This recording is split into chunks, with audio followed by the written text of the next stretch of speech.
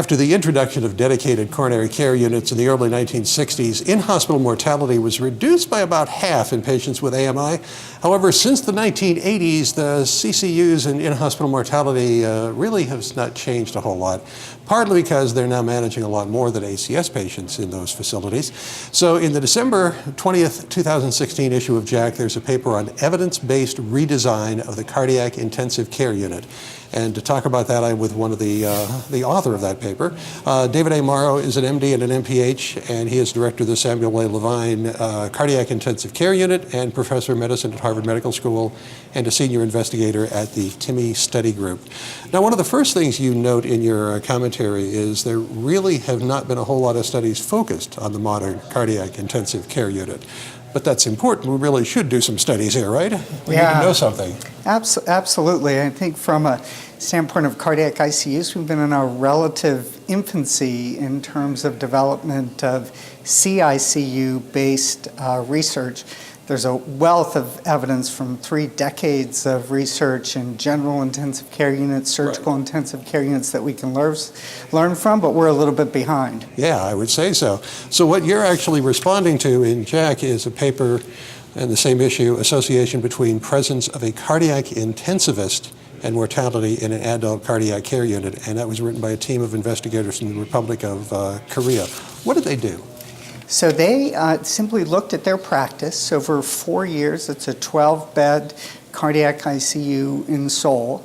And in the first year of their study, they had an open ICU environment where they had what's called a low-intensity staffing model, where general cardiologists who were taking care of their patients followed them into the ICU and cared for them with a group of residents.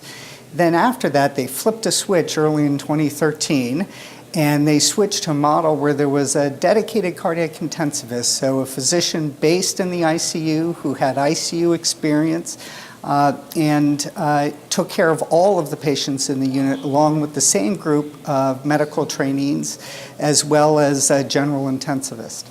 And one would hope that there would be some change. Did they notice it? That's a pretty clean cut in there. They saw a remarkable 50% decline in their cardiac ICU mortality over that period of time, from before to after their switch in staffing model. And they sustained that for the coming 3 years after they made that switch. So it wasn't just a transient change, and in fact, their mortality rates continued to go down over time. Wow. So what do you credit the change? Is it a single element, it's that intensivist, or was there anything else, do you think, involved? Yeah, this was an observational study, so there are a number of elements in the new system that they implemented. They changed the intensivist physician, who was principally in charge of the patients. They also moved to a team-based system of care, and so it's impossible to disentangle all of the individual elements that might have contributed to that.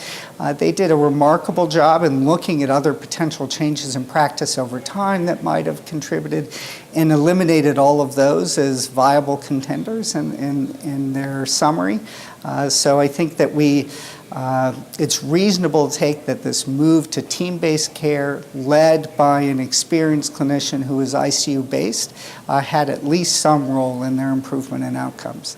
What I thought was interesting is that in contrast with some CICU stays and hospital stays, they really were not reduced. So even though they saw such a great effect on mortality, clearly the patient still had the same amount of care, and there was no cutting of any corners anywhere or any need to release early. That's true. So in the previous studies in general ICUs, in addition to reduction of mortality, there was also a reduction in ICU duration of stay, as well as cost overall.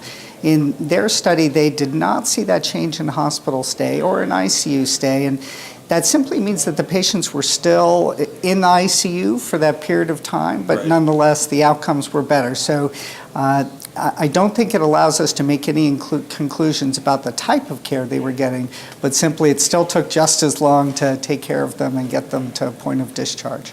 So what can we and those who oversee these units learn from all of this? Well, I think we recognize, as you said in your introduction, that the types of patients that we take care of in this environment has changed dramatically from when CICUs were born. And I think as we sit and we think about how we want to improve care in our cardiac ICUs, I think we should learn from this just as we have from the general ICU studies, that having experienced team that works together and led by someone who has specialized skills and experience in the ICU is probably a wise way to go. Well, the ACC has been promoting the whole idea of concept of team-based care for some time now, so it's really good to see a really good example of where that can have a big impact. Absolutely. It fits perfectly with that. Pharmacists, nurses, dietitians, there's a whole physical therapists, there's a whole group of people that work with the physicians to make all this happen.